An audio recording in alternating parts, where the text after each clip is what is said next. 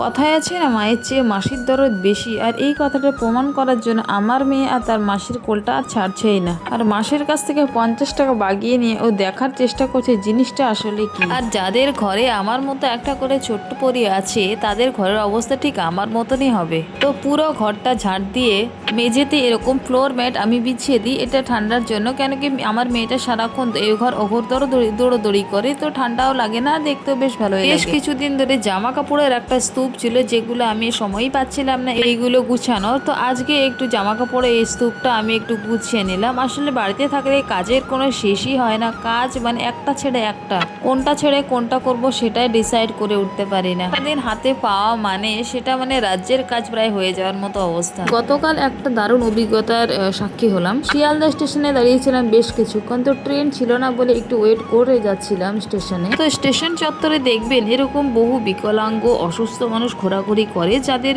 হাত ভাঙা বা পা ভাঙা বা আরো অন্যান্য সমস্যা নিয়ে যারা থাকে। সবার কথা বলছেন, কিছু সংখ্যক লোক আছে দেখে ভাববেন ইনি বড় অসহায়, এর থেকে অসহায় আর কেউ নেই, উল্টো সেই আপনাকে অসহায় প্রমাণ করিয়ে ছাড়বে। যার একটা অভিজ্ঞতা আমি বলি, এইরকমই শিয়ালদা স্টেশনে আমি দাঁড়িয়েছিলাম, আর একজন লোক এরকম আমার কাছে একটু বিস্কুট খেতে চায়, তো আমি তাকে কিনে দিই বিস্কুট। দোকানদারকে টাকাটাও দিয়েছি। তারপর উনি সিন ক্রিয়েট করছে না উনি বিস্কুট খাবেন, উনি বাউলি খাবে এবং আমাকে বাউলি ওনাকে কিনে দিতে হবে, সেই নিয়ে মারাত্মক সিন ক্রিয়েট করে যাচ্ছে।